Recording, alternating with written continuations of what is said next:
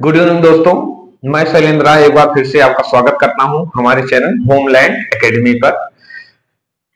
दोस्तों आप लोगों का बहुत डिमांड था, आप लोगों का बहुत ही डिमांड था कि नरेशन के बारे में कुछ बताया जाए, नरेशन के बारे में कोई चैप्टर स्टार्ट किया जाए। तो आज हम नरेशन के बारे में शुरू कर रहे हैं। अब देखिए कहां तक हम लोग जा पाते हैं, लेकिन आज स्टार्ट हो रहा है। एक्चुअली में सबसे पहली जो बात आती है कि नरेशन होता क्या है। नरेशन मतलब कुछ बोलना। हम अगर कुछ बोल रहे हैं, किसी को कुछ कह रहे हैं, वही नरेशन होता है। जैसे आप लोगों ने सुना होगा नरेट अ स्टोरी, मतलब कोई स्टोरी नरेट करना, कोई स्टोरी बोलना। यानी कुछ भी आप अपनी जुबान से बोल रहे हैं, वो जो प्रक्रिया है वही क्या हो जाता है, नरेशन हो जाता है। अब कोई कोई लोग इसको डायरेक्ट इनडायरेक्ट भी कहते हैं, क्योंकि इसकी दो पार्ट होते हैं, एक होता है डायरेक्ट, एक होता है इनडायरेक्ट। इसको डायरेक्ट स्पीच कहते हैं और दूसरे को इनडायरेक्ट स्पीच कहते हैं। यानी इस नरेशन को डायरेक्ट इनडायरेक्ट भी कहा जाता है।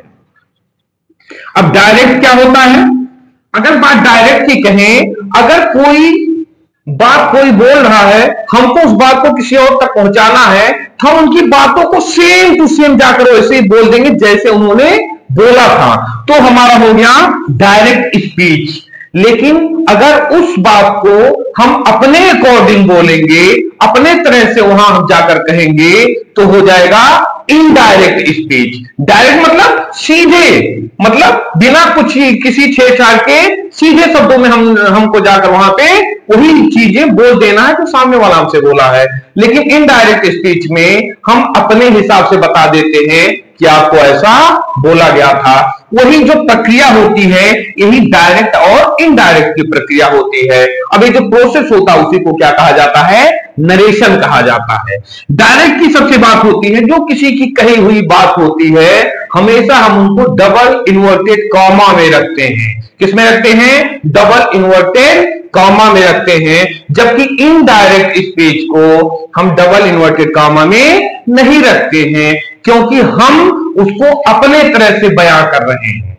अब इसमें रूल जब हम पढ़ते हैं, तो सबसे पहले जो भी रूल हम जानते हैं, तो उस रूल को जानने के लिए जो सेंटेंस लिखा होता है ना, सबका अलग अलग नाम होता है। उस नाम को भी जानना बहुत जरूरी होता है, क्योंकि अगर रूल में मैं बताऊंगा रिपोर्टेड स्पीच हो जाएगा या रिपोर्टिंग स्पीच हो जाएगा, तो आपको समझ में आने में दिक्कत होगी। इसलिए सबसे पहले हम समझ लेते हैं कि किस पार्ट को क्या कहा जाता है। मान लीजिए एक सेंटेंस लिखा है, ही सेड टू मी, उसके बाद कामा, इन्वर्टेड कामा में रहेगा यू आर माई फ्रेंड।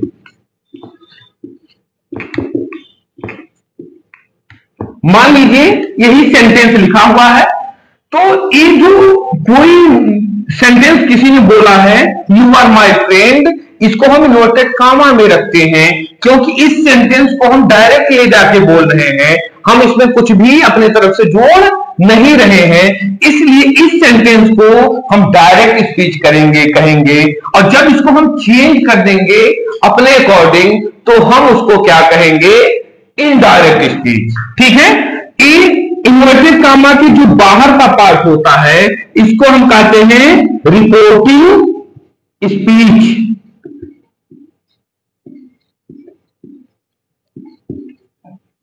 और जो ये इन्वर्टेड कामा के अंदर का पार्ट होता है, इसको हम क्या कहते हैं, रिपोर्टेड स्पीच।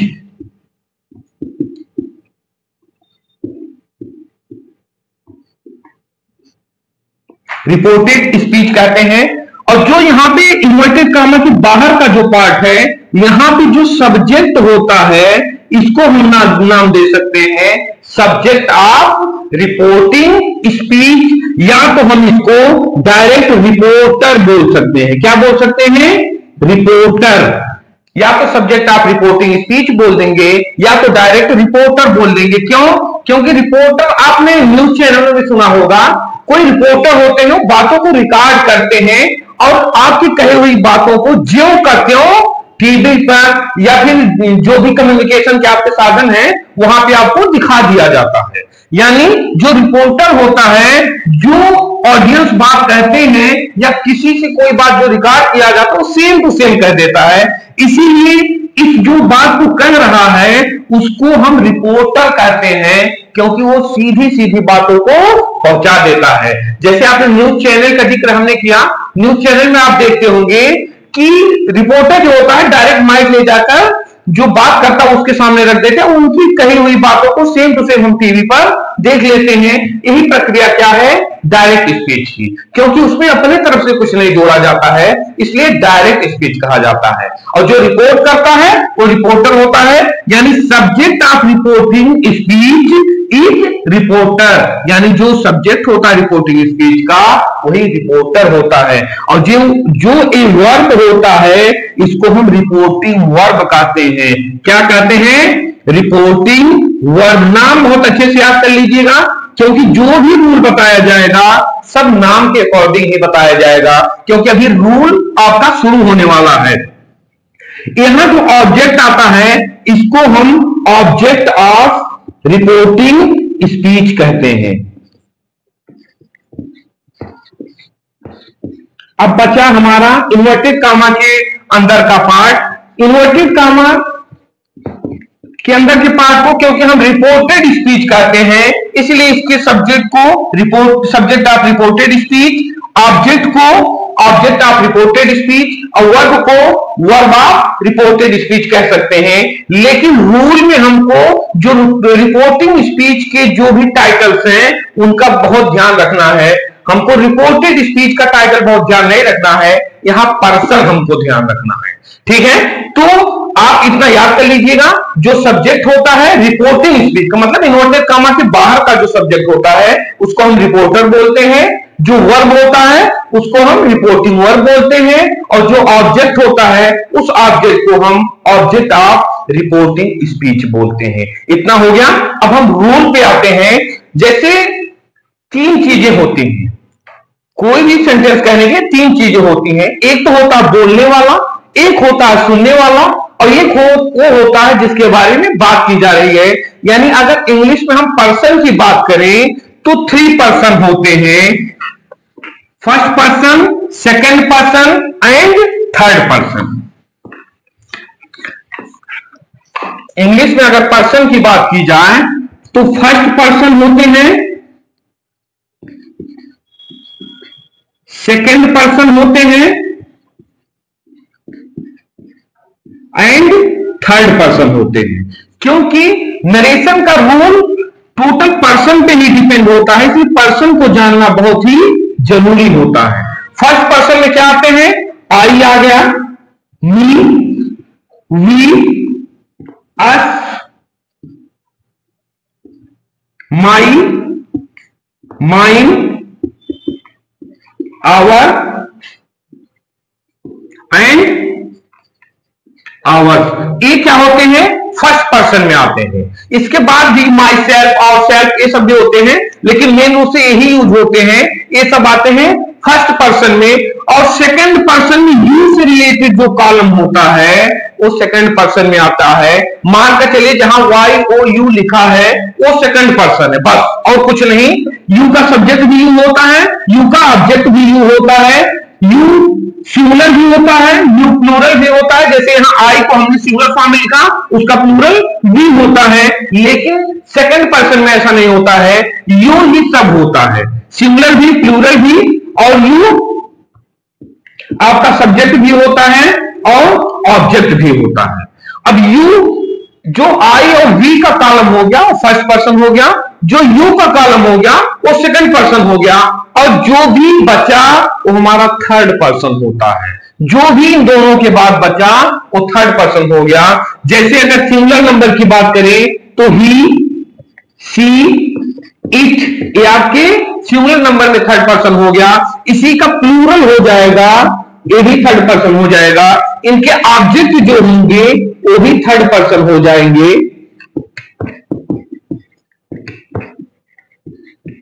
और उनकी जो पॉजेसिव केस होते हैं वो भी थर्ड पर्सन में ही आएंगे, हिज, हर, देयर, और भी है, लेकिन जो मेन है ये पर्सन आप देख लीजिए, क्योंकि अब ये पर्सन का काम हमारे रूल में आने वाला है, क्योंकि पर्सन जितना ज्यादा हम समझे रहेंगे उतना ज्यादा हमको रोज समझने में मदद मिलेगा। क्योंकि सब्जेक्ट क्या होता है, ऑब्जेक्ट क्या होता है, वो हमको बहुत अच्छे से जानना पड़ेगा। फर्स्ट पर्सन में अगर सिंगुलर नंबर की बात किया जाए तो आई होता है, उसका ऑब्जेक्ट मी होता है। प्लूरल नंबर की बात किया जाए तो सब्जेक्ट क्या होता है, वी होता है, उसका ऑब्जेक्ट क्या होता है, अस होता है। यानी हमको सब्जेक्ट, ऑब्जेक्ट और उसका जो पॉजेसिव केस है ये सब हमको याद होना चाहिए। अगर आप लोग कहेंगे तो पर्सन पे एक स्पेशल वीडियो बना देंगे, पर्सन को कैसे समझते हैं, और पर्सन का एक चार्ट होता है। आप लोगों का अगर आएगा, कमेंट आएगा तो जरूरी अगर रहेगा तो पर्सन पे एक वीडियो बना दिया जाएगा, ताकि पूरा चार्ट बना के समझा देंगे और पर्सन आपको line by line, word by word सब कुछ समझ में आ जाएगा। पर्सन बताने का मेरा मकसद इतना ही है कि पर्सन के अकॉर्डिंग ही हम रूल को शुरू करने वाले हैं, इसलिए थोड़ा शॉर्ट में ही हमने पर्सन को बता दिया। फर्स्ट पर्सन में ए जो कॉलम है ए आ गया, सेकंड पर्सन में एक कॉलम आ गया, और थर्ड पर्सन में हमारा ये बचा हुआ कॉलम आ गया। यानी पर्सन को आप अपने माइंड में रखेंगे, क्योंकि हमारा जो रूल शुरू होने वाला है वो पर्सन के अकॉर्डिंग ही शुरू होने वाला है। अब जो हमने सेंटेंस यहां पे लिखा हुआ था उस सेंटेंस को एक बार फिर से लिखते हैं। सेंटेंस हमने क्या लिखा हुआ था, ही शेड टू मी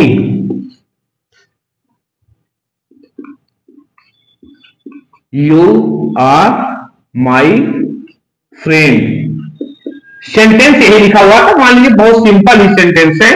अब एक जो सेंटेंस लिखा गया है एक डायरेक्ट में है, हमको इसको किसमें चेंज करना है, इनडायरेक्ट में चेंज करना है।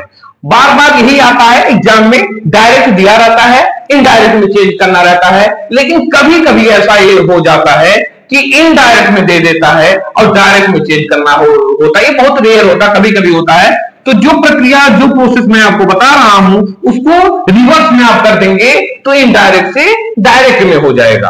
अब देखिए, जो पहली बात होती है पर्सन चेंज करने की, यानी बाहर का कोई पर्सन चेंज नहीं होता है, बाहर में इतना ही केवल, यानी रिपोर्टिंग स्पीच में केवल इतना ही चेंज होता है, अगर वर्ब सेड टू है तो वो टोल्ड हो जाता है, अगर सेड टू है, सेड टू है, ध्यान दीजिएगा, अगर सेड टू है तो टोल्ड हो जाता है, सी टू है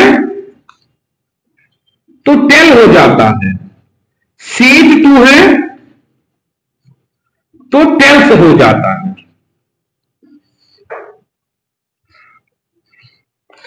तो रिपोर्टिंग स्पीच में केवल इतना ही चेंज होता है, सेट टू है तो टोल्ड हो जाएगा, यानी यहां जहां सेट टू लिखा है ये हमको टोल्ड में चेंज कर देना है। अगर इसी की जगह सी टू लिखा होता तो टेल हम कर देते, अगर सीज टू लिखा होता तो टेल्स कर देते।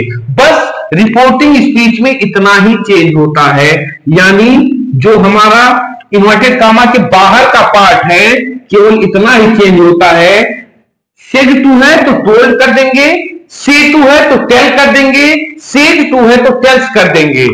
लेकिन अगर सी सेड के बाद टू और ऑब्जेक्ट नहीं है तो हम उसको टोल्ड या टेल में चेंज नहीं करते। ये बात बहुत तेजी से अपने माइंड में बैठा लीजिएगा, बहुत आराम से सेट कर लीजिएगा कि सेड टू प्लस ऑब्जेक्ट है तभी टोल्ड में होगा, केवल सेड अगर लिखा रहेगा तो कभी भी टोल्ड में चेंज नहीं होगा। तो जो पहला प्रोसेस हो गया, तो सेड टू को हमने किसमें चेंज कर लिया, टोल्ड में। जो इसका सब्जेक्ट होता है वो अनचेंजेबल होता है, वो सब्जेक्ट कभी भी चेंज नहीं होता है, और जो ऑब्जेक्ट होता है ये भी चेंजेबल नहीं होता है। यानी जो सब्जेक्ट हो गया रिपोर्टिंग स्पीच का ये भी चेंज नहीं होता है, जो ऑब्जेक्ट हो गया रिपोर्टिंग स्पीच का ये भी चेंज नहीं होता है, केवल वर्ब में चेंज नहीं होता है, वो भी तब जब टू लग के कोई ऑब्जेक्ट आए थे। मैं यहां पे क्या है, ऑब्जेक्ट, इसलिए टोल्ड हो गया। अगर टू और ऑब्जेक्ट नहीं होता तो टोल्ड में नहीं होता। यहां से क्या चेंज होता है, रिपोर्टेड स्पीच से क्या चेंज होता है, रिपोर्टेड स्पीच में हम हमेशा पर्सन को देखते हैं। क्या देखते हैं, पर्सन को देखते हैं और टेंस को देखते हैं। सबसे पहले हम पर्सन को देखते हैं। अगर चेंज इन पर्सन की बात किया जाए, चेंज इन पर्सन की बात किया जाए, यानी जो रिपोर्टेड स्पीच है उसका पर्सन कैसे चेंज किया जाता है। जैसे यहां पे यू, अभी इसके पहले मैंने आपको बताया है जो यू होता है वो सेकंड पर्सन होता है। यहां अगर आई होता तो फर्स्ट पर्सन होता, यहां अगर दे होता तो थर्ड पर्सन होता।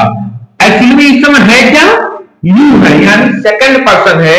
आप लोगों ने फार्मूला पढ़ा होगा, कई बार पढ़ा होगा, ये होता है सन 1 2 3। मतलब अगर इन्वर्टेड कामा के अंदर कोई फर्स्ट पर्सन है, इन्वर्टेड कामा के अंदर कोई भी फर्स्ट पर्सन है, फर्स्ट पर्सन मतलब I, me, we, us, my, mine, our, our, ये सब क्या है, फर्स्ट पर्सन है। अगर इन्वर्टेड कामा के अंदर कोई फर्स्ट पर्सन है तो हमेशा इन्वर्टेड कामा के बाहर जो रिपोर्टर जिसका नाम लिखे थे, यानी सब्जेक्ट ऑफ रिपोर्टिंग स्पीच के हिसाब से चेंज होता है। यानी इन्वर्टेड, यहां पे अगर मान के चलिए, जिन कीजिए कि यहां पे अगर फर्स्ट पर्सन होता, वी होता, तो वी यहां के सब्जेक्ट के अकॉर्डिंग चेंज हो जाता। यानी ये जो फर्स्ट पर्सन होता वो यहां के हिसाब से थर्ड पर्सन में हो जाता। मतलब यहां जो पर्सन रहेगा अंदर का फर्स्ट पर्सन उसी पर्सन में चेंज हो जाएगा। लेकिन ध्यान रहे कि उसका जो केस है और नंबर है उस पर ध्यान देना। केस कभी भी चेंज नहीं होता है और नंबर कभी भी चेंज नहीं होता है।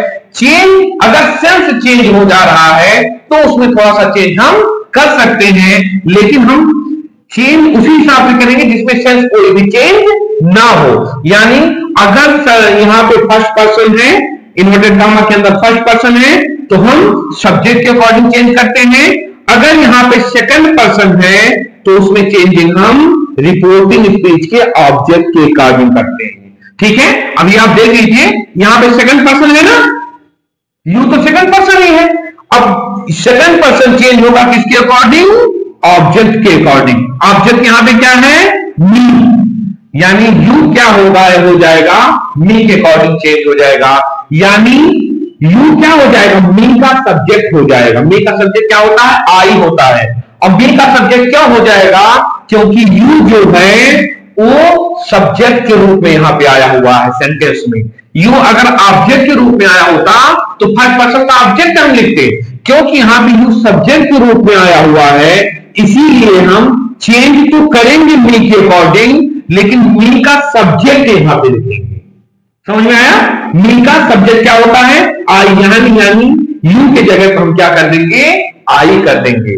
उसी हिसाब से अगर अंदर कोई थर्ड पर्सन है, ही, सी, इट, दे या किसी का नाम हो गया, अगर कोई थर्ड पर्सन है तो उसमें हम नो चेंज करते हैं, यानी उसमें कोई भी चेंजिंग नहीं होता है।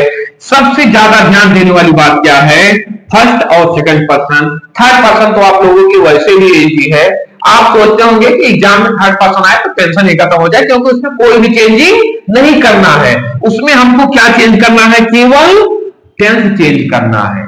केवल क्या चेंज करना है, टेंस चेंज करना है। अगर थर्ड पर्सन आ जाए तो कोई चेंज नहीं आ जाएगा, सेकंड पर्सन आ जाए तो हम उसको चेंज तो करेंगे लेकिन ऑब्जेक्ट के अकॉर्डिंग, यानी सेकंड पर्सन ऑब्जेक्ट के अकॉर्डिंग, थर्ड पर्सन सब्जेक्ट के अकॉर्डिंग।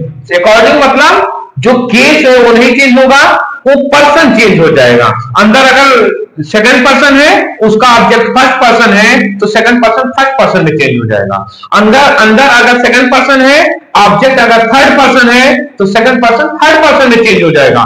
यानी यहां पे जो पर्सन रहेगा ना, ये सेकंड पर्सन उसी पर्सन में चेंज होगा, लेकिन नंबर, जेंडर और केस चेंज नहीं होगा। इतना ध्यान रखिएगा, क्योंकि अगर इसका केस सब्जेक्टिव है तो ऐसा नहीं है कि चेंज होकर उसका केस ऑब्जेक्टिव हो जाएगा, ये हमेशा सब्जेक्ट ही रहेगा। यानी चेंज तो मी के अकॉर्डिंग होगा, लेकिन मी का हम सब्जेक्ट यहां लिखेंगे, मी का सब्जेक्ट आई होता है। मैं पर्सन के एक वीडियो बना दूंगा, आप लोग देख लीजिएगा तो पर्सन ज्यादा समझ में आ जाएगा। अब हम इसको ये समझ में आ गया होगा, मिटा दे रहे हैं। अब इसका वीडियो को और आगे बढ़ाते हैं। इसमें हम पर्सन के चेंज तो समझ गए, अब इसमें एक चेंज होता है, टेंस का चेंज होता है। अगर हमारा जो रिपोर्टिंग स्पीच है वो प्रेजेंट या फ्यूचर टेंस में है तो हम रिपोर्टेड स्पीच का टेंस चेंज नहीं करते हैं, केवल पर्सन ही चेंज करेंगे। जैसे अगर यहां पे से लिखा होता तो यहां पे हम कोई भी टेंस चेंज नहीं करते, लेकिन अगर हमारा रिपोर्टिंग स्पीच पास्ट टेंस में है तो जो हमारा अंदर का टेंस है यानी रिपोर्टेड स्पीच का जो टेंस है वो भी उसी के अकॉर्डिंग चेंज हो जाएगा। यानी अगर प्रेजेंट इंडेफिनिट है तो पास्ट इंडेफिनिट हो जाएगा, प्रेजेंट परफेक्ट है तो पास्ट परफेक्ट हो जाएगा, प्रेजेंट कंटीन्यूअस है तो पास्ट कंटीन्यूअस हो जाएगा। यानी जो प्रेजेंट वहां पे मौजूद रहेगा उसी का पास्ट हम कर देंगे। लेकिन कब? जब बाहर का टेंस पास्ट रहेगा, केवल तभी। अगर बाहर यानी रिपोर्टिंग स्पीच का टेंस हमारा प्रेजेंट या फ्यूचर में है तो उस टेंस को हम कभी भी चेंज नहीं करेंगे। ठीक है, यानी हमारा अभी के समय में हम देखें तो हमारा टेंस क्या है? हमारा टेंस क्या है? हमारा टेंस पास्ट है। अगर ये पास्ट है, अंदर आप देख लीजिए सिंपल प्रेजेंट लिखा हुआ ना, तो ही सिंपल प्रेजेंट सिंपल पास्ट हो जाएगा। ठीक है, तो अभी हमने आपको बताया कि रिपोर्टिंग स्पीच का सब्जेक्ट नहीं चेंज होता है, यानी ही लिख दिया। सेट टू की जगह पे यहां पे हमने आपको लिख के बताया था कि सेट टू होता है तो टोल्ड हो जाता है, तो यहां पे हम क्या कर देंगे? टोल्ड कर देंगे। ज्यादा स्पेस लेकर लिख रहे हैं, थोड़ा आपको दिखाई दे। मी ऑब्जेक्ट में भी कोई चेंजिंग नहीं होता, मीडियो से लिख दिया same to same.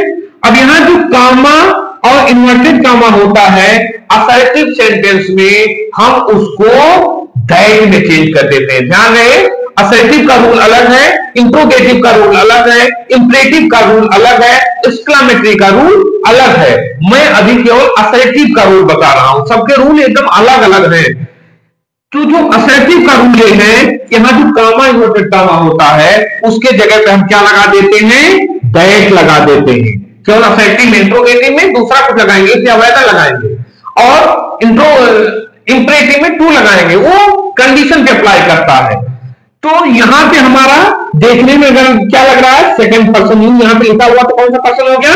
Second person. Second person में हमने आपको लिखा था ना 1 2 3, सन 1 2 3, तो यानी सेकंड पर्सन हमेशा चेंज होगा किसके अकॉर्डिंग? ऑब्जेक्ट के। यहां ऑब्जेक्ट क्या है? मी, क्योंकि यू सब्जेक्ट के रूप में आया है तो मी का हम सब्जेक्ट लिखेंगे। मी का सब्जेक्ट क्या होता है? आई, यानी यहां पे हम क्या लिखेंगे? आई। समझ में आया? अब देखिए ये टेंस क्योंकि पास्ट है, अंदर सिंपल प्रेजेंट है, उसी हिसाब से अंदर का टेंस सिंपल पास्ट हो जाएगा। यहां आर का यूज नहीं होगा, बल्कि किसका यूज हो जाएगा? वाज का। पास्ट में आई के साथ क्या लगता है? वाज लग जाता है। I was. माई भी यहां लिखा है, माई कौन सा पर्सन है? फर्स्ट पर्सन है। तो माई अगर फर्स्ट पर्सन, अभी आपको बताया गया था जो फर्स्ट पर्सन होता है वो सब्जेक्ट के अकॉर्डिंग चेंज होता है। क्लियर है? यानी माई अगर हमारा फर्स्ट पर्सन है तो सब्जेक्ट के अकॉर्डिंग चेंज होगा, और सब्जेक्ट हमारा क्या है? सब्जेक्ट हमारा थर्ड पर्सन है। अब माई का हम थर्ड पर्सन में चेंज तो करेंगे, लेकिन थर्ड पर्सन का हम पॉजिटिव केस लिखेंगे, यानी हिज हो जाएगा। यहां पे माई था, अब यहां थर्ड पर्सन के अकॉर्डिंग जब पॉजिटिव केस लिखेंगे तो हिज हो जाएगा। I was his friend. अभी समझ में आ गया? अभी एक दो एग्जांपल आपको और बताते हैं, फिर वीडियो को थोड़ा और आगे बढ़ाते हैं। एक सेंटेंस अगर समझ में आ गया होगा तो आप नेक्स्ट में मुझसे पहले ही करने का कोशिश कीजिएगा, जिससे पता चले कि आपको समझ में आया है कि नहीं आया है। मान लीजिए कोई और सेंटेंस लिखा जा रहा है, यहां हमने लिख दिया second person, you said to me. मान लीजिए एक डायरेक्ट स्पीच हम लिख रहे हैं,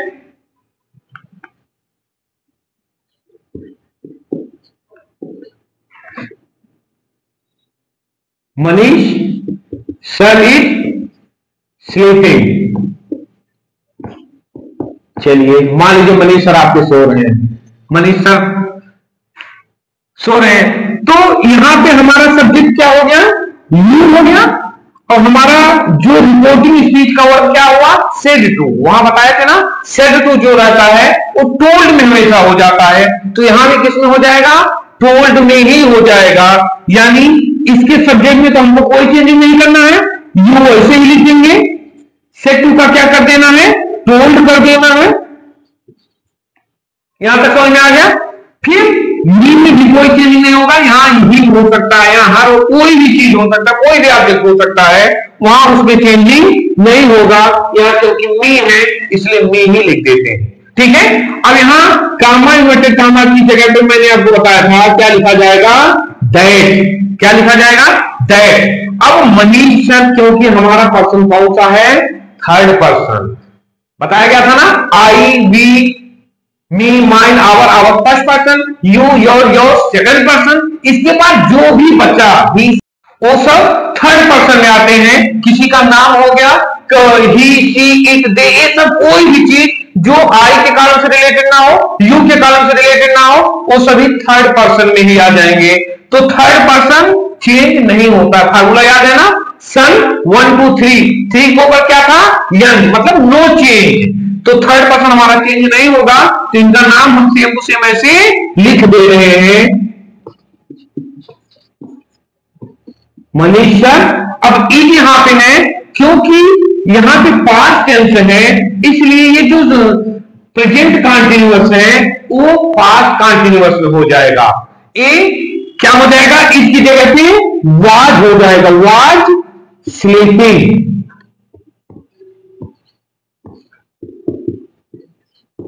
ठीक है, जैसे मान लीजिए, इसलिए चेंज हो जाता है क्योंकि जब हम किसी को कोई बात बताते हैं तो अगर वो बात पास्ट का हो गया है तो कहीं हुई बात को भी जब चेंज कर देना तो वो पास्ट में कहना पड़ता है। मान लीजिए हमसे कोई बात कल ही कोई कहा है कि मैं अच्छा हूं, ठीक है, लेकिन अगर मैं 2 दिन बाद वो बात किसी को बताने जा रहा हूं तो मैं ये थोड़ी कहूंगा कि वो अच्छा है, वो कल कहा था ना, इसलिए जो उनकी कही हुई बात है उसको भी हम पास्ट में ले जाते हैं कि कल उन्होंने कहा था कि वे अच्छे हैं, ठीक है। इसलिए इस टेंस को चेंज कर दिया जाता है। कब चेंज किया जाता है, जब हमारा रिपोर्टिंग स्पीच पास्ट में होगा तभी। ध्यान रखिएगा, कभी भी प्रेजेंट या फ्यूचर में जब हमारा रिपोर्टिंग स्पीच होगा तो चेंज मत करिएगा, क्यों पास्ट में रहेगा तभी हमको चेंज करना है।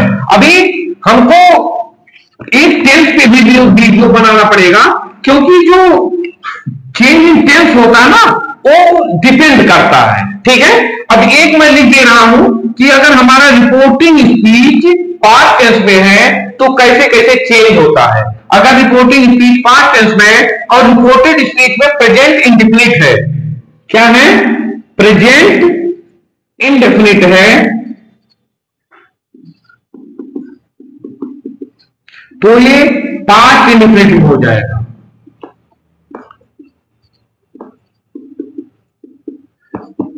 उसी हिसाब से प्रेजेंट कंटीन्यूअस है तो पास्ट कंटीन्यूअस हो जाएगा, प्रेजेंट परफेक्ट है तो पास्ट परफेक्ट हो जाएगा, प्रेजेंट परफेक्ट कंटीन्यूअस है तो पास्ट परफेक्ट कंटीन्यूअस हो जाएगा, ठीक है। सीधा सीधा समझ लीजिए, अगर इंडेफिनिट मिटा दें कि जो हमारा प्रेजेंट टेंस है वो सेम टू सेम उसी में पास्ट टेंस में चला जाएगा, बात खत्म। चाहे प्रेजेंट इंडेफिनिट हो तो पास्ट इंडेफिनिट हो जाएगा, प्रेजेंट परफेक्ट है तो पास्ट परफेक्ट हो जाएगा, ठीक है। लेकिन अगर हमारा जो रिपोर्टेड स्पीच है उसमें विल आ गया तो हम उस विल को क्या कर देंगे, वुड में चेंज कर देंगे। ऐसा तभी होगा जब हमारा रिपोर्टिंग स्पीच पास्ट में होगा तभी। शैल आ गया तो उसको हम शुड में चेंज कर देंगे, में अगर आ गया तो उसको माइट में चेंज कर देंगे, कैन अगर आ गया तो उसको हम कुड में चेंज कर देंगे। ये सब चीजें होती हैं, यानी अगर हमारा रिपोर्टिंग स्पीच पास्ट में है और रिपोर्टेड स्पीच में विल आया हुआ तो वुड हो जाएगा, रिपोर्टेड स्पीच में शैल आया हुआ तो शुड हो जाएगा, रिपोर्टेड स्पीच में मे आया हुआ तो माइट हो जाएगा, कैन आया हुआ है तो कुड हो जाएगा। लेकिन आप सोचिए कि हम इंतजार कर रहे हैं विल का और वहां वुड ही हमको मिल गया, तब क्या करेंगे, तो इसका मतलब विल आया हुआ तो वुड कर देंगे, लेकिन अगर वुड ही आ गया ना तो वुड को चेंज नहीं करेंगे, वुड अनचेंज रहेगा। अगर शैल आया हुआ तो शुड कर देंगे, लेकिन अगर कहीं शुड ही आ गया तो शुड को हम चेंज नहीं करेंगे, डायरेक्ट शुड ही लिख देंगे। अगर मे आया हुआ तो माइट कर देंगे, अगर माइट भी आ गया तो माइट को चेंज नहीं करेंगे, माइट अनचेंज रहेगा। उसी हिसाब से कैन आया हुआ तो उसका कुड कर देंगे, लेकिन अगर कुड ही आ गया तो उसको हम चेंज नहीं करेंगे, कुड का कुड ही रहेगा। कहने का मतलब ये है ये सब चीजें तभी चेंज होंगी ना जब हमारा रिपोर्टिंग स्पीच पास्ट में रहेगा। एक चीज बार बार इसलिए कह रहा हूं क्योंकि कभी कभी स्टूडेंट क्या गलती करते हैं, रिपोर्टिंग स्पीच हमारा प्रेजेंट या फ्यूचर में है तभी उसको चेंज कर देते हैं, लेकिन ऐसा नहीं होना चाहिए। जो हमारा रिपोर्टिंग स्पीच है वो पास्ट में रहेगा तभी ये चेंज होगा, उसके पहले नहीं होगा। तो हम इतना बता करके वीडियो को बंद कर रहे हैं क्योंकि अभी ये वीडियो काफी लंबा जाएगा, इसमें काफी कई वीडियो बनाना पड़ेगा। तो अभी इस वीडियो को ही क्लोज कर रहे हैं, आप प्रैक्टिस कीजिएगा उसके बाद नेक्स्ट वीडियो में। Okay, thank you.